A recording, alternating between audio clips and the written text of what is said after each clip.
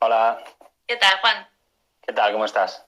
Bien, lista. ¿Me escuchas bien? ¿Lista? ¿Preparada? Generamos mucha expectación, ¿eh? Sí, bueno. Bueno, le puse de título al final lo de calidad de movimiento a la charla, vale, pero bueno, podemos divagar lo que queramos, ¿vale? Lo que nos vaya saliendo. Para no presentarte yo, preséntate tú y así cuenta un poquito lo que estás haciendo ahora, ¿vale? Así no se me queda nada en el tintero. Perfecto, espera, a ver si se me ve ahí. Vale, que si no, igual se me ve solo cabeza. Ahí, perfecto. Vale, pues bueno, yo soy Ana de la Fuente. Actualmente, bueno, soy graduada en Ciencias del Deporte y Fisioterapia, máster en alto rendimiento deportivo y luego un posgrado especialista en redactación de lesiones, ¿no? Prevención, intervención y recuperación. ¿Sí? Y nada, pues actualmente trabajo en el campo del taekwondo, donde he sido competidora desde pequeñita hasta ahora y sigo trabajando allí en mi club como coordinadora de las categorías inferiores, entrenando desde cadete para abajo y, y ya está. Y en el ámbito del fútbol, en el Club Deportivo Leganés B como redactadora. Perfecto. Y va a ir un poquito unido, yo creo, aunque vamos a tratarlo sobre el taekwondo, vamos a tirar seguro que de los dos campos, ¿vale? Entonces, como le pusimos de título a la charla como calidad de movimiento, explícanos un poquito a qué nos referimos cuando hablamos de calidad de movimiento, para que la gente lo sitúe bien y no piense solo en es que mi chaval tiene buena técnica, tiene calidad de movimiento. ¿A qué nos referimos? Bueno, es un concepto muy amplio. Cuando hablamos de calidad de movimiento nos referimos a cómo deficiente es nuestro movimiento. No solo si queda bonito o no bonito, como a lo mejor contemplamos en taekwondo el aspecto técnico, ¿no? Que parece que cuando hablamos de técnica nos referimos a lo bonito que queda ese pateo al realizarlo, sino a biomecánicamente cómo es de eficiente ese movimiento. Cómo soy capaz de transferir la fuerza para aplicarla a mi gesto deportivo, cómo soy capaz de hacerlo en el vector de fuerzas adecuado, cómo mis músculos se coordinan entre sí, tanto en tiempo como en espacio, para poder conseguir esa eficiencia en el gesto, en los diferentes planos de movimiento.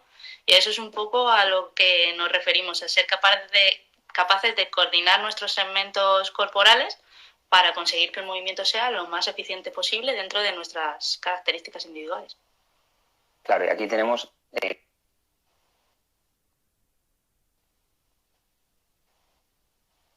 Oh, te pierdo, Juan.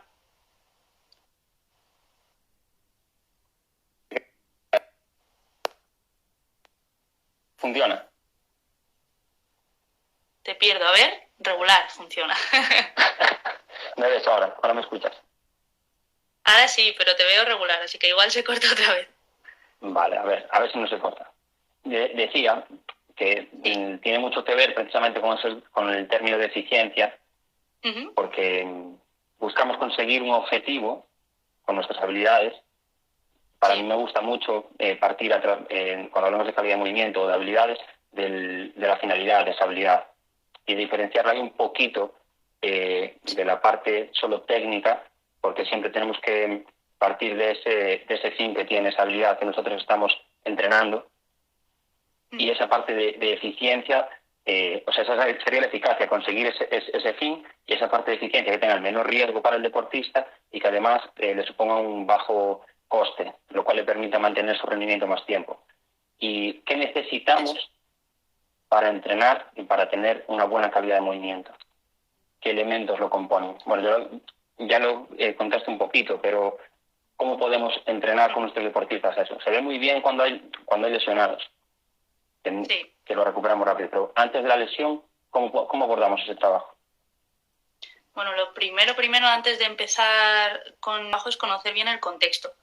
Un poco en relación con lo que tú comentas, porque una cosa es la mecánica, cómo vamos a trabajar nosotros ese movimiento de forma descontextualizada para que el deportista sea capaz de comprender cómo tiene que aplicar la fuerza, dónde tiene que aplicar la fuerza, cómo posicionar el cuerpo para llevar a cabo ese movimiento. Y luego otra cosa es cómo se va a dar en el contexto real, porque ahí entran otras demandas. Va a haber interacción en el caso del taekwondo, con un oponente, con unos diferentes parámetros espaciotemporales que nos van a alterar esa expresión de la mecánica, ¿no? Entonces, no es lo mismo cómo lo hacemos de forma descontextualizada a cómo sale luego en el contexto real. Eso es lo primero, conocer el contexto, porque va a ser lo más determinante, como comentabas. Y luego, bueno, pues habría que empezar por un trabajo, lo que llamamos el trabajo de fundamentos, que es más eslabones analíticos, ¿no? El ser capaces de aplicar que nuestra musculatura sea capaz de tener una buena activación y unos buenos parámetros de fuerza, como hablabas el otro día con Laia, ¿no? Que tengamos un rango de movimiento lo suficientemente amplio para poder llevar a cabo el movimiento de forma eficiente.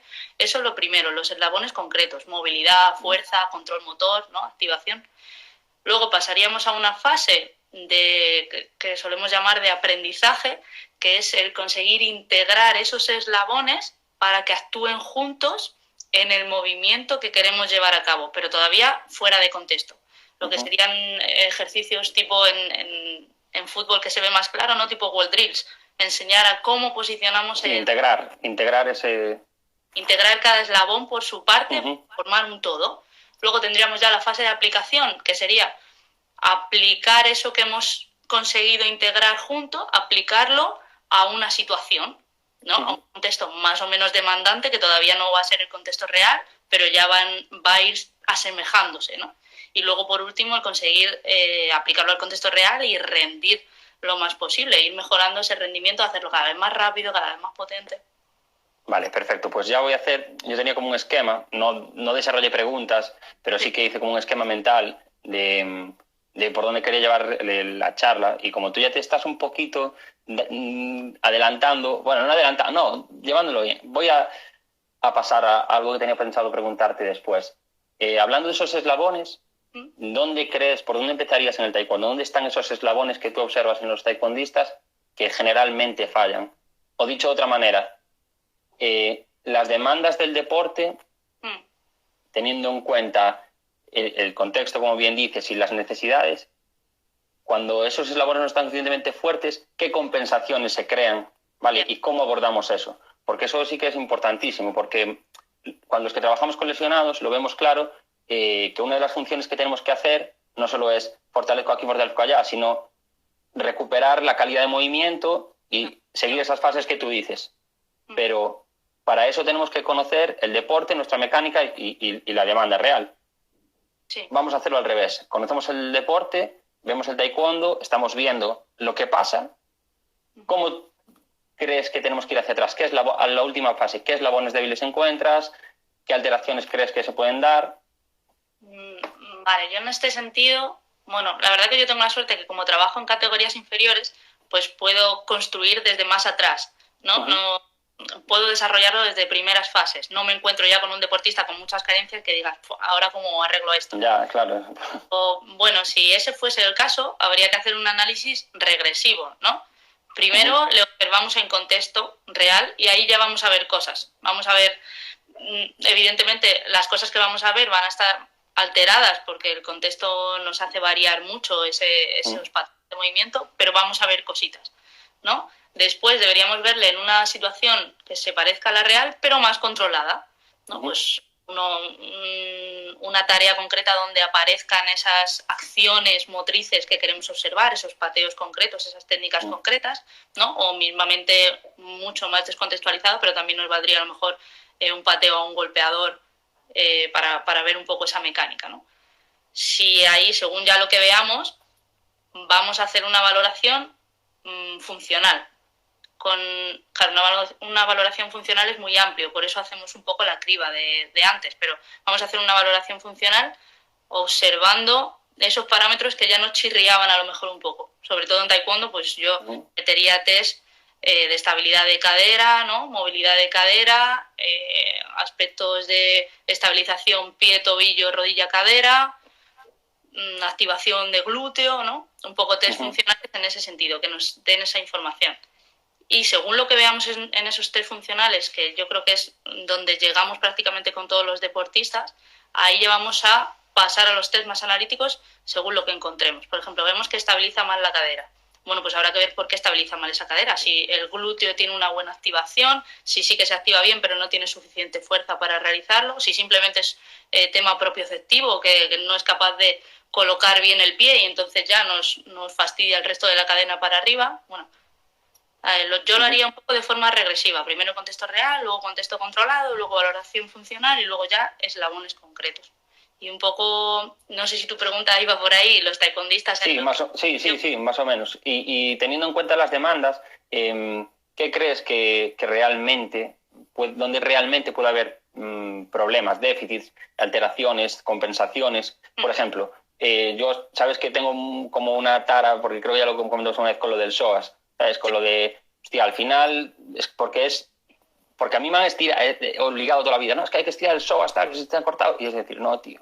No, la mayoría de los taekwondistas que yo me encuentro tienen un psoas débil o inhibido precisamente por la mecánica de la estabilización de la cadera, del pateo, de otras estructuras como puede ser el TFL y todo el recto anterior, que están sobreactivados y predisponen una mala posición la cadera para que se dé esa movilidad adecuada que tú decías al principio. Yo te digo esa, venga, el psoas. Tú juégate otra. ¿Qué problemas sueles observar debido a la mecánica de las técnicas de taekwondo? Bueno, a mí siempre me ha llamado mucho la atención, lo que pasa que es algo que no he llegado a profundizar en ello, pero me gustaría, y es la pisada. Me da la sensación que todos los taekwondistas, o bueno, a ver, todos no, porque generalizar mucho, pero la gran mayoría, por los gestos en relación con los pateos en combate, tenemos una pronación bastante marcada de los pies, porque tú cuando estás en guardia estás así, esta es tu pierna delantera y este es el gesto que haces todo el rato. Entonces este pie continuamente hace este gesto de caída del arco plantar si no se trabaja. Entonces, cuando tú ves a un taekwondista entrenar sin avisarle nada con respecto al pie, normalmente tendemos a esto todo el rato.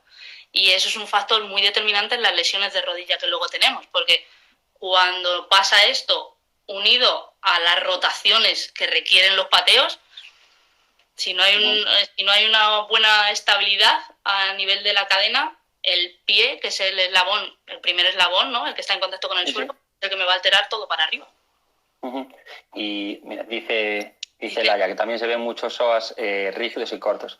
Sí, pero la verdad es que habría que ver por qué están rígidos o cortos, ¿verdad? Si es por una forma de autoprotección o realmente es por un sobreuso, ¿sabes? Habría que valorarlo. Sí. Pero sí, lo del pie, lo que tú dices es verdad. ¿Sabes qué observo yo también, por ejemplo? Cuando hay un exceso de trabajo con una sola guardia y la pierna que queda atrás, como trabajamos casi siempre con la pierna delantera ahora, la pierna que queda atrás tiene todo el sistema lateral de estabilización súper solicitado y también está demasiado acortados o activados mira, Pablito, le dicen aquí, tu psoas es un poema, le dicen, estoy leyendo los comentarios y los peroneos súper activados, que también puede ayudar a ese exceso de pronación que tú dices, por la demanda de estar a pie. Bueno, pues ya tenemos dos cosas. Lo mío del psoas no está tan claro, porque la gente aquí está montando debate, pero yo creo que eso del pie es cierto, y ya condiciona una de las lesiones que aparecen, que es la rodilla, compartimento interno y demás, muchísimo. Sí. Fíjate que yo creo que el psoas es que depende un poco de la mecánica de cada individuo, porque hay deportistas que sí que su pateo es, sobre todo ahora, actualmente, es mucho más lateral, mucho lo que comentas tú de la pierna. Sí, más en plan frontal. A lo mejor requiere mucho más ese TFL y la problemática del psoas va más en relación con lo que dices, y taekwondistas más de otro estilo, del estilo antiguo, digamos, no porque sea estilo antiguo, sino porque había muchos más pateos con trasera y quizá la guardia no era lateral, a lo mejor sí que tiene un poco más de relación con lo que comenta Laia. Yo creo que las dos opciones son viables dependiendo de cada deportista. Habría que valorarlo. Vale, estamos trabajando con categorías inferiores. ¿vale? ¿Cómo empezamos a plantear este trabajo? ¿Cómo empiezas tú en el club a ir metiendo cositas? ¿Por qué empiezas? ¿Por el pie? ¿Por la estabilización del core? ¿Por la movilidad de la cadera? ¿Cómo lo vas metiendo? ¿Y qué metodología sigues? Porque yo sé que vosotros en el club utilizáis una metodología muy basada en la resolución de problemas, en el juego, en las tareas abiertas. ¿Y cómo vais metiendo en el trabajo del día a día este tipo de trabajo, estas píldoras? Bueno, mira, la metodología de nuestro club, como comentas, un poco la idea de Chicho, que es el artífice, ¿no?, de todo esto, de todo el club. Master of the Universe. Sí, ha sido siempre que los problemas tácticos sean los que hagan al deportista desarrollar soluciones técnicas, ¿no? Entonces, lo hacemos todo mediante el juego. Tú le vas proponiendo juegos al deportista y a medida que se da cuenta de que hay problemas que no alcanza a solucionar, irá desarrollando más soluciones técnicas, ¿no? Mayor variedad. Esto tiene que ir ligado a un trabajo de fundamentos, porque si no, si el deportista hace una resolución del problema, pero como buenamente pueda, claro, correcto. Ahí, sí. A la larga, si no metemos esas pequeñas cuñas de fundamentos, podemos encontrarnos deportistas que luego tengan muchos problemas de mecánica, ¿no? Entonces, bueno, yo lo que intento un poco es, pues como con cualquier trabajo de categorías inferiores, los primeros eslabones que meto mucho durante los entrenos, sobre todo en el calentamiento, es mucha movilidad, sobre todo de cadera, tobillo, ¿no?, y lumbopélvica, y dorsal también, porque me parece que a nivel de cintura escapular y columna dorsal también tenemos bastantes problemas, que no lo hemos comentado antes. Entonces, mucha movilidad y activación de pequeños grupos, de grandes grupos musculares, pero que propioceptivamente no solemos tener en cuenta. Pues un poco los flexores de cadera, ¿no?, un poco esa activación de glúteo, eso intento meterlo mucho en los calentamientos de forma jugada, un poco. Ellos no saben muy bien lo que estamos trabajando, pero ahí lo tenemos, ¿no? Bueno, en mi cuenta de Instagram hay algunas tareas de movilidad que realizo con ellos, que al final no deja de ser una técnica de peso muerto o una sentadilla overhead, pero se lo planteas un poco como reto grupal y lo están trabajando todos juntos y están desarrollando un poco esos patrones fundamentales, ¿no?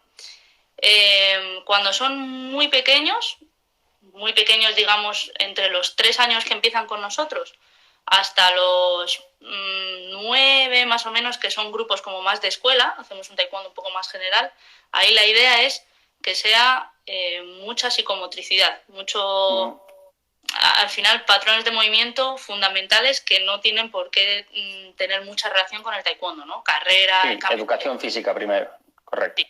Ahí hacemos más educación física, el taekwondo es un poco la excusa, pues a lo mejor le haces una tarea donde tenga que realizar diferentes mecánicas de movimiento fundamentales y al final hace un pateo, o para terminar de solucionar el problema tiene que ser un pateo, pero el resto de la tarea lo que está haciendo es correr, saltar, girar, ¿vale? Entonces, ahí, sobre todo, entornos muy abiertos, con muchos estímulos de carácter, pues de educación física general y pocas correcciones técnicas, porque es más desarrollo físico de base, ¿no?, de habilidades fundamentales. A partir de dependiendo del alumno, pues eso, de esos 8, 9, 10 años, sí que empiezo a centrarme un poco más en la base de la pirámide, más de forma más concienzuda, pues eso, intentando hacer trabajo de movilidad del que ellos sean conscientes de para lo que luego nos va a valer, o trabajo de core también con juegos, o trabajo de activación de glúteo. Y ya cuando cuando empiezan una edad un poco cadete, ¿no?, esos 11, 12 años, ahí sí que empezamos a hacer mucho más hincapié en la mecánica, en que los gestos estén bien ejecutados, porque ya entramos mucho más en fase de especificidad, ¿no?, un poco deportiva. Nos metemos en la adolescencia, ya cercano al pico de crecimiento. Claro, el entrenamiento va a ser un poco más específico, más estructurado, ¿no?, en función de hacia dónde se quiera orientar cada deportista. Entonces ahí sí empezamos a dar más feedback en relación con los aspectos biomecánicos. Y la verdad que yo, como trabajo hasta ahí, tampoco puedo continuar mucho la progresión, pero bueno, luego la progresión pues sería un poco partir de esa buena mecánica y cuando pasan el pico de desarrollo, sumarle rendimiento, ¿no?, sumarle mucho más trabajo de fuerza en relación con aumentar un poco las cargas, no tanto el trabajo que hacíamos de niños, mucha más potencia, velocidad, como comentabas el otro día con el Haya, y aumentar un poco el rendimiento en esos patrones. Genial. Vale, uno de los problemas que nos encontramos, pues nosotros aquí estamos un poquito tirando de ojímetros, de lo que nosotros vemos y de lo poquito que hay publicado, ya lo hemos hablado. Por ejemplo, cuando trabajas en fútbol tienes muy claro, pues está bastante estudiado, cuál es la mecánica óptima, porque aquí sí que quiero romper una lanza y es no buscamos la mecánica idealizada, sino la mecánica óptima, es decir, que cumpla unos parámetros, claro, para a tal deportista, a tal contexto, que cumpla unos parámetros donde nosotros sabemos que es más eficiente y más sana, pero nosotros en taekwondo eso no lo tenemos. ¿Verdad? O sea, no, ya lo hemos hablado más veces, no se ha estudiado el pateo y los diferentes tipos de pateo que tenemos. Entonces, vamos a intentar jugar un poco aquí, lo que jugamos el otro día cuando estamos hablando, vale. Cómo es la mecánica del pateo en taekwondo. Yo digo, si quieres empiezo yo. Venga, ya me vas a quitar tú. Hablando estamos hablando de una patada con la pierna atrasada en plano transversal, ¿vale? Yo creo que el primer inicio es el impulso con el pie de atrás, que es el que golpea, un pequeño impulso en plano sagital, se transfiere el peso a la pierna de delante y luego se traslada al plano transversal, generando esa rotación externa de cadera, primero tobillo, cadera, y son los hombros los que van a fijar con una contrarrotación a nivel de cintura escapular para poder proyectar la otra cadera hacia adelante. Más o menos yo es como lo tengo organizado. Sí. ¿Cómo crees tú que es?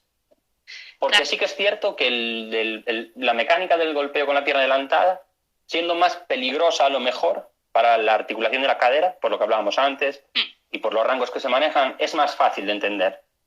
Sí, porque hay mucha menos rotación, quizá menos recorrido en ese. Exacto, más fácil de enseñar.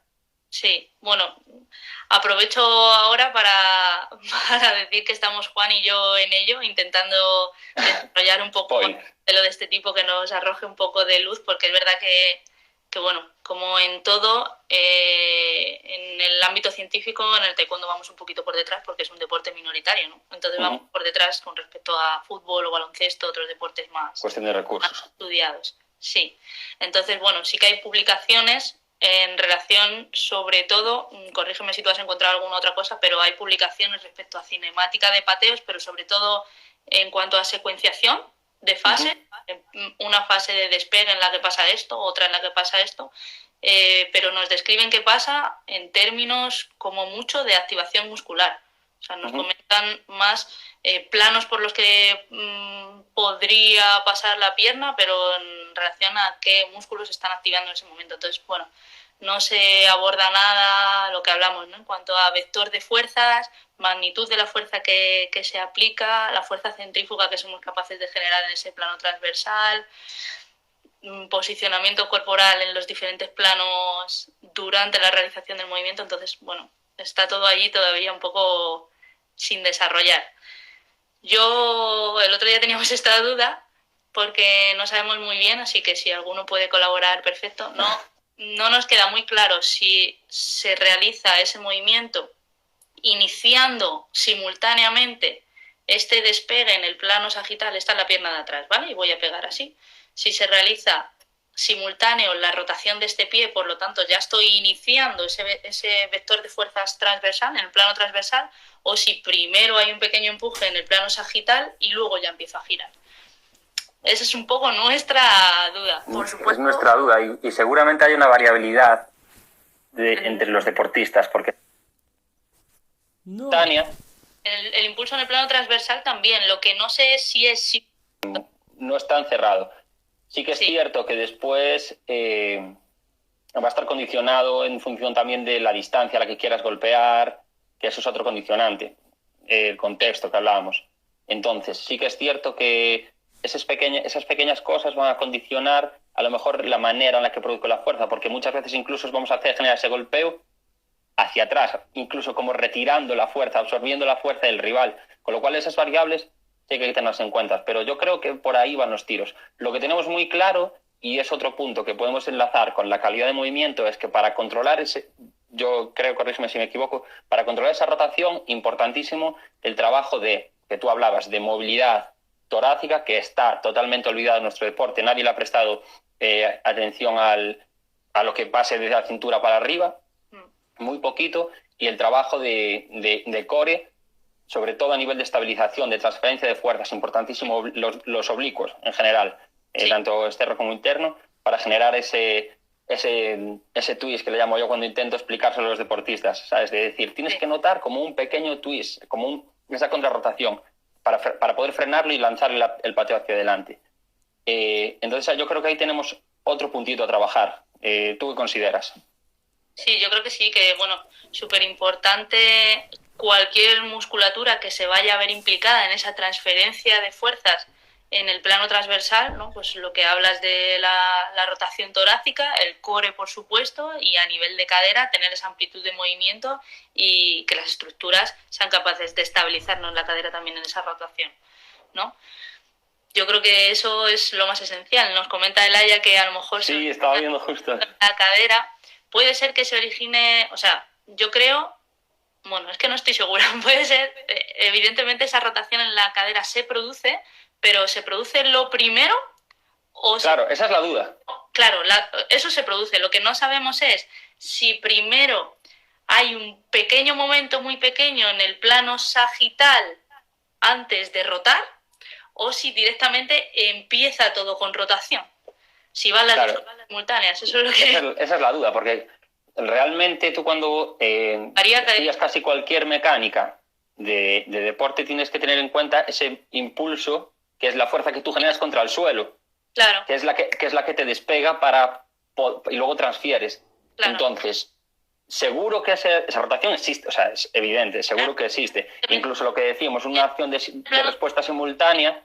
El impulso en el plano transversal también. Lo que no sé es si es simultáneo o si empieza a la vez y entonces ya nos vemos envueltos en plano transversal. Seguro. O sea, simultáneo o antes o después. Vale, perfecto. Pues yo quería preguntarte también qué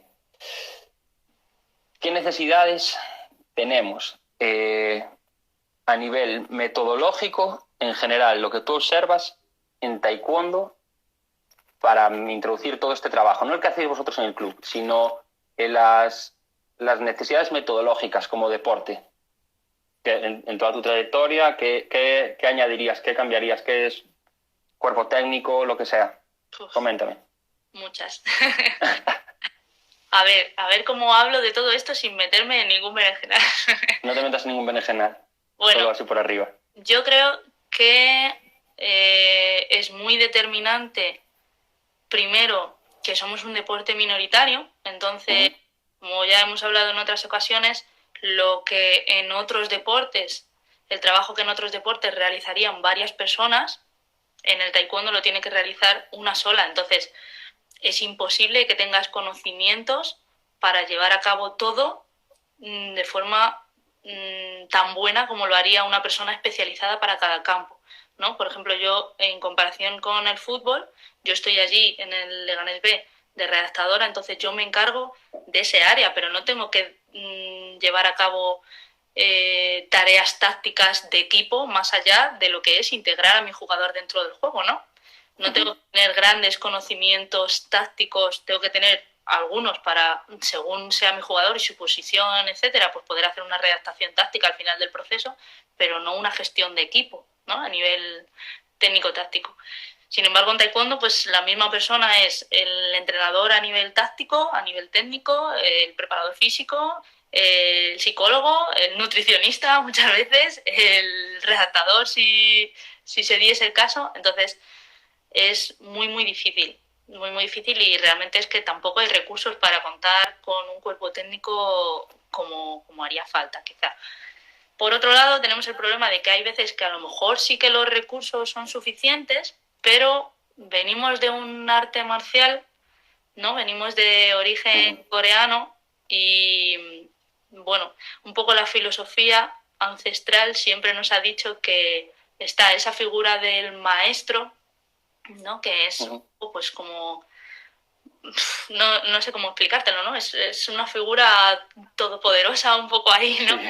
El maestro de taekwondo. Entonces, desgraciadamente hay mucho tema de egos al respecto y entonces, bueno, pues hay veces que incluso habiendo recursos, por supuesto no para hacer un cuerpo técnico tan amplio, pero para incorporar alguna figura del tipo preparador físico o del tipo fisioterapeuta, ¿no? Figuras por las que habría que empezar, incluso habiendo recursos, no se lleva a cabo porque no entiendo muy bien por qué se hace muy difícil trabajar en equipo en este... Mira, Elaya, se hace muy difícil trabajar en equipo en este deporte, mucho más que en otros deportes. No entiendo muy bien por qué. Hay como mucho ego. Sí, es que yo era un poquito hacia donde quería llevar el tema, no hacia el debate, sino hacia llegar a esta conclusión de decir, es que se hace, aun habiendo recursos, muchas veces tenemos una cultura que figuras, por decir, como las nuestras, pero no por nosotros a nivel personal, sino figuras de este estilo puedan entrar a trabajar. Nosotros tenemos suerte más o menos en nuestros clubes que sí que se ha instaurado esta figura, esta filosofía de trabajo, pero es muy complicado y necesitamos buscar alguna manera de hacer ver que es necesario cambiar, porque como tú bien dices, es imposible saber de todo. Una cosa que te quería preguntar también, ¿qué tipo de lesiones has tenido que enfrentarte y readaptar en taekwondo? Las más frecuentes. Bueno, y si somos capaces, lo hilamos otra vez con la calidad de movimiento. Seguro. Vale. La literatura nos dice que lo más común es esguinces de tobillo, no lo primero, pero bueno, yo creo que eso en cualquier deporte que te pongas a analizar, casi que el esguince de tobillo va a ser de lo más... Sí. El primer eslabón de apoyo con el suelo, ¿no? El primer eslabón en la cadena. Esguinces de tobillo es cierto que hay muchos, pero tampoco se le da mucha importancia como lesión como tal, porque normalmente tampoco suele ser de mucha gravedad, y lo que yo personalmente me he encontrado mucho son rodillas. Por ahí hay algo que comentar. Sí. Rodilla lo que más, y ahora lo hilaremos con lo que tú comentabas seguro, ¿no? También últimamente no sé muy bien por qué razón, porque ha sido de un tiempo a esta parte, a lo mejor ha sido casualidad y es que yo antes no lo había visto y últimamente ha dado la cosa de tenerlo mucho cerca, pero últimamente he visto muchos hombros también, no sé muy bien por qué. Sí, hombros... por el puño igual, la importancia del puño. El puño y por lo que también comentábamos antes de que nuestro deporte de cintura para arriba hasta hace bien poco parecía que no existía, hasta ahora con el trabajo del puño, entonces tenemos una activación a nivel de, tanto a nivel escapular como a nivel glenohumeral malísima, ni propioceptivo, ni por ahí hay algún caso también, ni a nivel propioceptivo, ni siquiera sabemos... Mario, ¿no? Mario Canal. Que trabajo mucho con él en este sentido y al principio me decía, pero ¿qué escápulas? Ni escápulas, no sabía. y es muy complicado, ¿no? Porque a ese nivel nos falta no solo activación, sino conciencia, ¿no? Conciencia de que hay musculatura ahí y que puede activarse y puede trabajar. Entonces, bueno, la rodilla yo creo que es la estrella. Sí, es la estrella. Yo la tengo marcada también porque un poquito es la que además está generando que la gente se pierda más tiempo, ¿no? El otro día comentaba, cuando hablé con Raúl, comentábamos, ¿no? Al final me decía, no, tú en tu familia lo sabéis bien. Yo me operé el cruzado izquierdo, mi hermano los dos, Raúl se operó el suyo también, no sé si la rodilla derecha o la izquierda, y estamos viendo en el deporte, en el taekwondo, que ha aumentado. Y mi pregunta es, ¿ha aumentado? Sin embargo, el número de encadenamientos y de apoyos y de pivotajes ha disminuido. Sí, se trabaja. Eso tiene que ver mucho con lo que estábamos hablando, con el trabajo de base de calidad de movimiento. Y ahí volvemos otra vez a la necesidad de ese buen pie, ese buen glúteo, esos buenos rangos. También yo me encontré, bueno, seguro que tú lo hablabas el otro día con Hilde, el problema de cadera, que al final resultó que sí, ya lo voy a decir aquí porque ya le hablé con ella, era Katia Calvar, la chica que había tratado, que había tenido un problema de ladrum, y hay más gente, también por los rangos exagerados que se manejan. Y ahí probablemente venga por ese problema que yo decía de centrado articular, que no se produce correctamente cuando se hace esa tremenda aducción, más rotaciones hacia todos lados, porque al final, cuando ves esas acciones, es como... No podrías decir, no, es que se produce una rotación hacia aquí, hacia interno o hacia externo. No. Es interno o hacia externo. No. Exagerado. Y entonces sí que ahí necesitamos abordarlo. Entonces yo, para sintetizar un poquito esto y ponerle unos tips, nos encargaríamos de pie, que sería activación arco plantar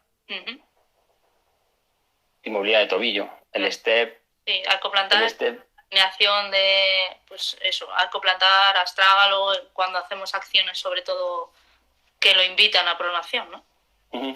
Perfecto. Muchísimos stiffness en todas las estructuras del tríceps ural por ese step, por ese bote repetido y mantenido, esos desplazamientos sobre una pierna, con lo cual mejorar también la dorsiflexión probablemente nos ayude. Eso se lleva a la rodilla. Déficit de fuerza en el glúteo, muchísimo, para ser un deporte en el que al final estamos generando extensiones de cadera y estamos generando trabajos a una pierna. Yo me encontré con glúteos muy débiles.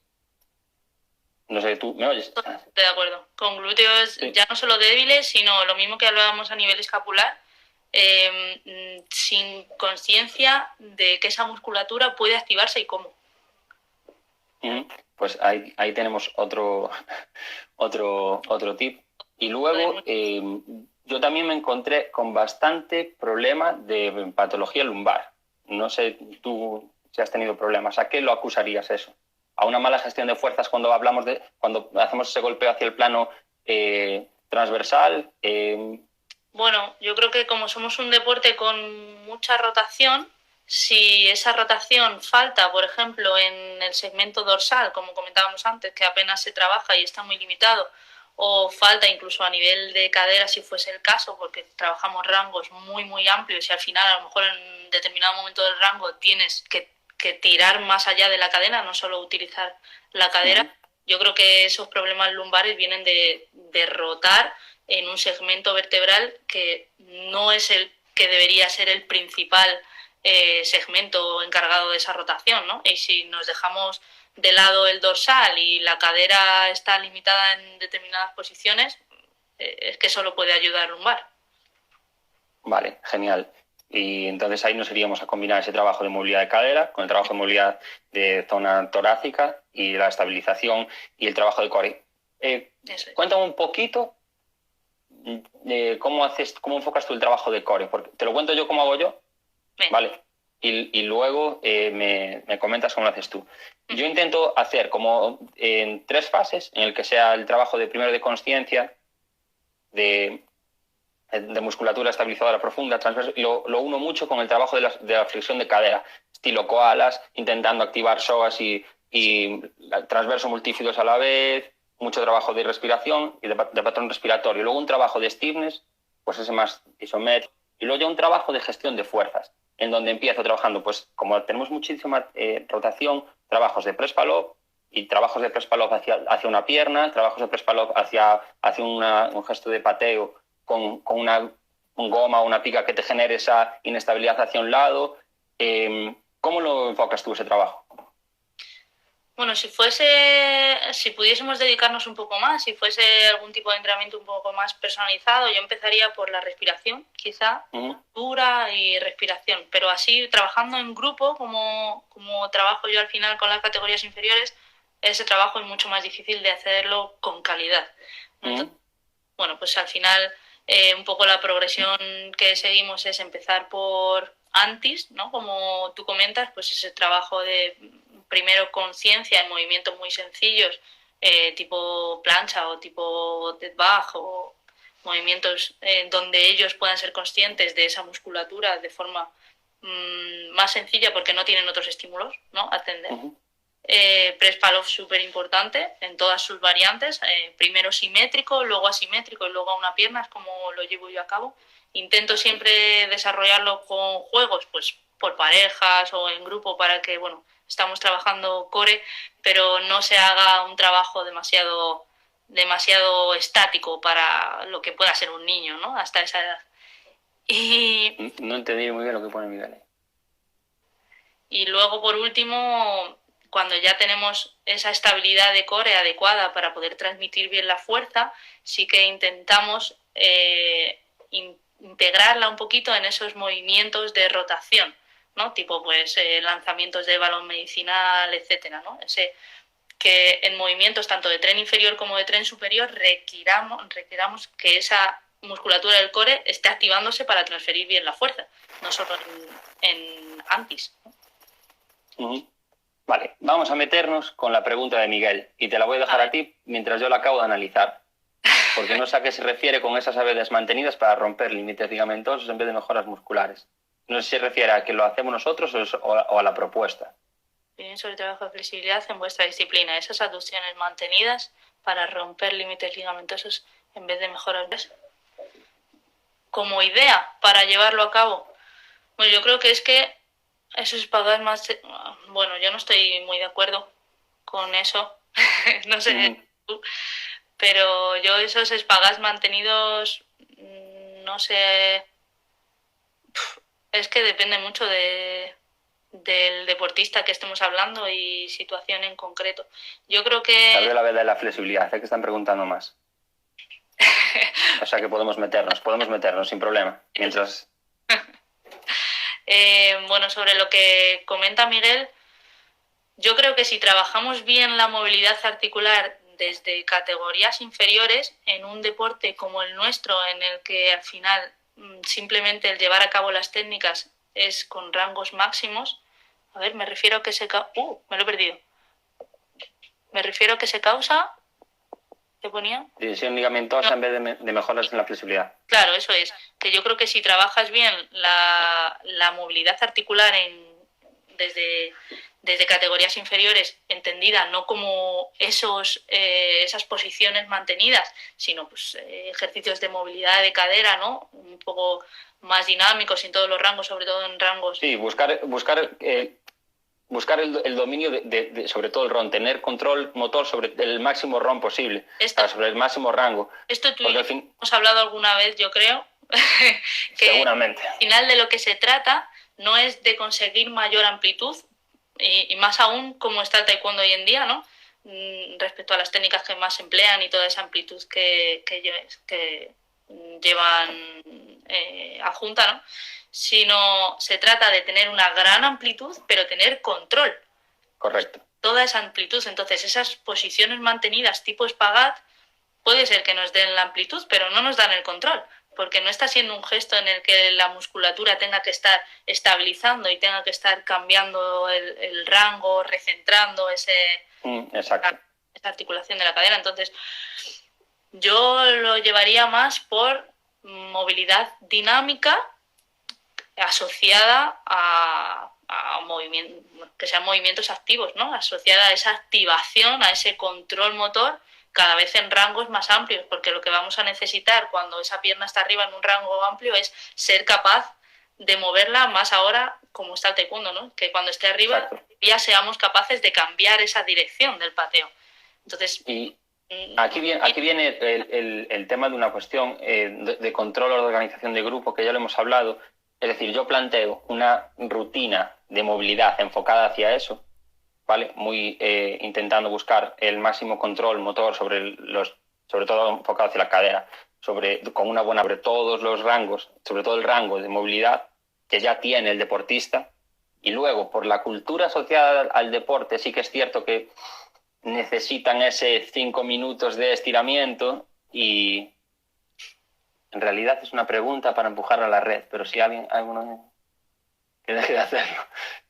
Que mi hijo también hace taekwondo. Bueno, pues mira, esa justo es uno de los temas que hablaba el otro día en el directo con Hilde, y también seguro que iba por ahí la pregunta de Mario sobre los estiramientos estáticos. Es que hay una cultura...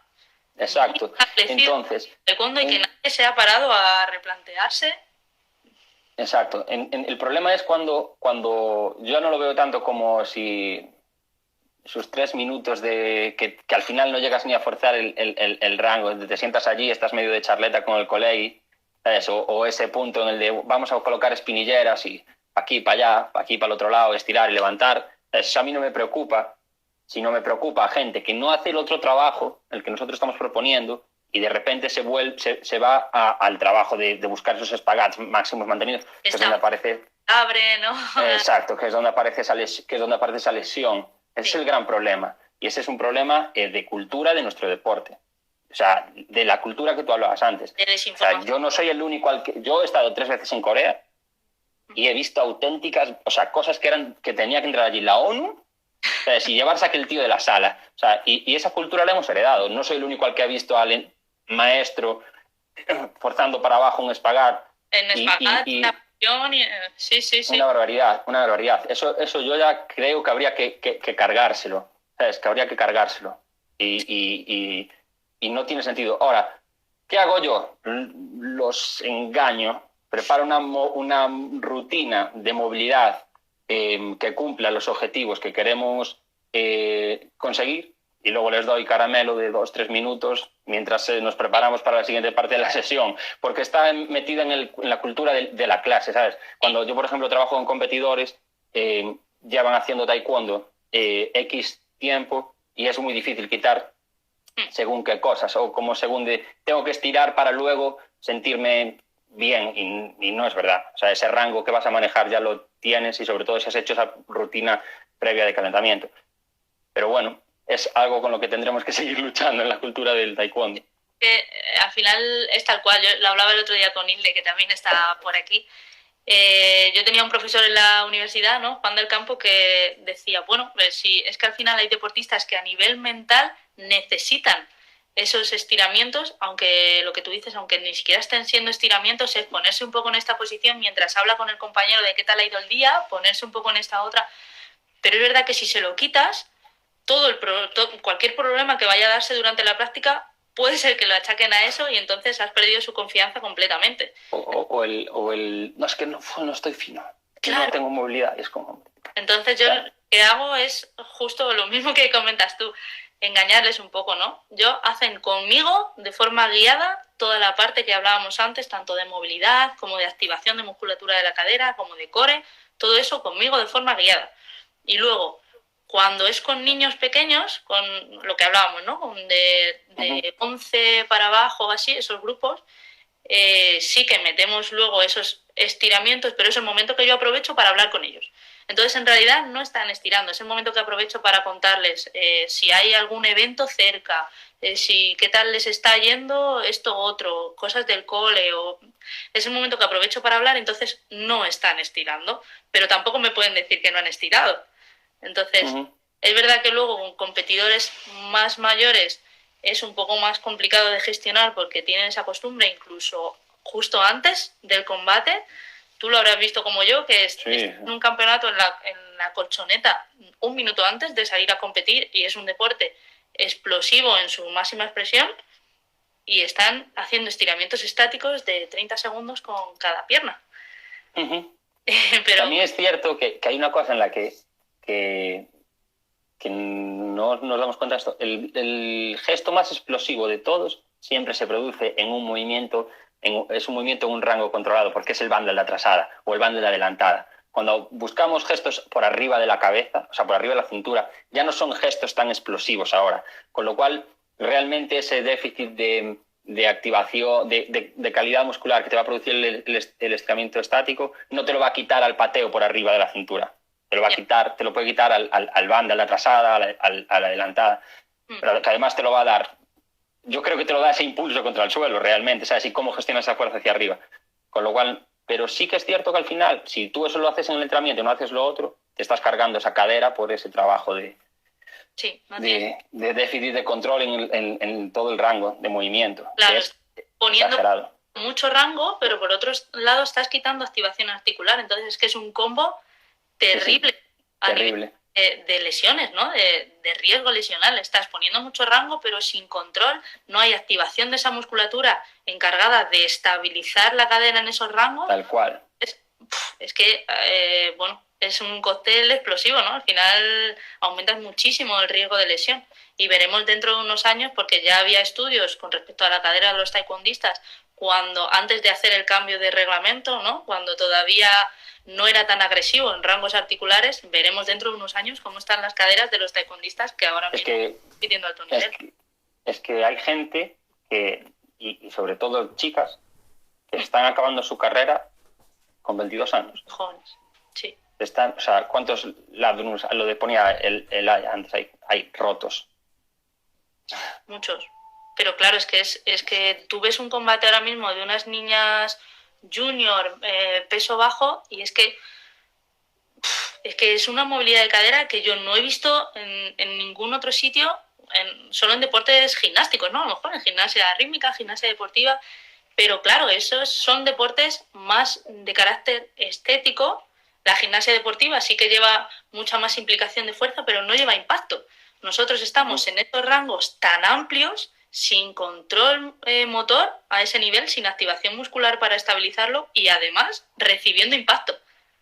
Mira, de una vez... de la cadera ante ese impacto. Un compañero de club, sabes que nosotros tenemos como varias sedes en el club, ¿no? Yo estoy aquí en Coruña, hay como diferentes sitios de Natural. Y un compañero me preguntó, ¿no?, por el trabajo para mejorar. Él trabaja más en técnica, más que combate. Entonces quería con las niñas mejorar. Y yo le propuse el tema pues busca un rango, que no sea el máximo, pero busca un rango suficientemente amplio y trabajas isometrías. Ahí le expliqué un poquito. Y a las 3-4 semanas, creo que 3, me escribió flipando, porque las niñas sabían, pero explotado, o sea, pero a nivel de eso, pues de control en esos rangos, me decía, es que mejoran hasta el equilibrio. Hombre, te jode, porque es que ahora tiene control en ese rango, ¿sabes? Le has dado el mensaje al sistema de que ahí no hay peligro.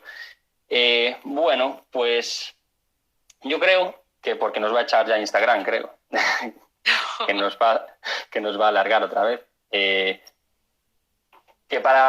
haz un resumen. Venga, te propongo que hagas un resumen. Ciérralo, acota esto que hemos hablado. Cosas que abordarías y 3-4 tips para entrenar. Bueno, pues hemos hablado de un poco lo que es la calidad de movimiento, todo lo que nos falta por desarrollar en el taekwondo en este sentido, porque todavía hay no solo muy poca consciencia, sino muy poco estudio al respecto, ¿no? Está muy poco desarrollada esta visión, este enfoque, estamos en ello. Y bueno, mi opinión sobre cómo trabajarlo es, desde categorías inferiores, lo más importante, movilidad, estabilidad, ¿no? Esa movilidad sobre todo de cadera, ese trabajo de core para transferir bien las fuerzas,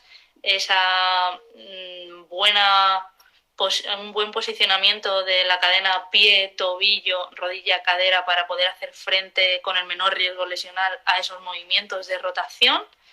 Y un poco ese sería el resumen, ¿no? Cuando hablamos de rangos máximos de cadera, como es nuestro caso en nuestro deporte, buscar esos rangos con control, de forma activa, no de forma pasiva, ni posiciones estáticas muy mantenidas, e intentar cambiar un poco el paradigma de nuestro deporte, ¿no? La visión en cuanto a este trabajo básico de calidad de movimiento que se hace tan necesario, no solo en cuanto a aspectos técnicos de mecánica completa, sino a lo importante de los pequeños eslabones, ¿no? Ese trabajo de pie, esa activación de glúteo, esa movilidad de columna torácica, ese trabajo de activación escapular, esa estabilidad de cadera, todo eso que, bueno, a día de hoy, como el taekwondo es un deporte con menos medios y con figura única, ¿no?, de entrenador que se hace cargo de todos los palos, es un poco todavía complicado introducirlo, pero vamos poquito a poco.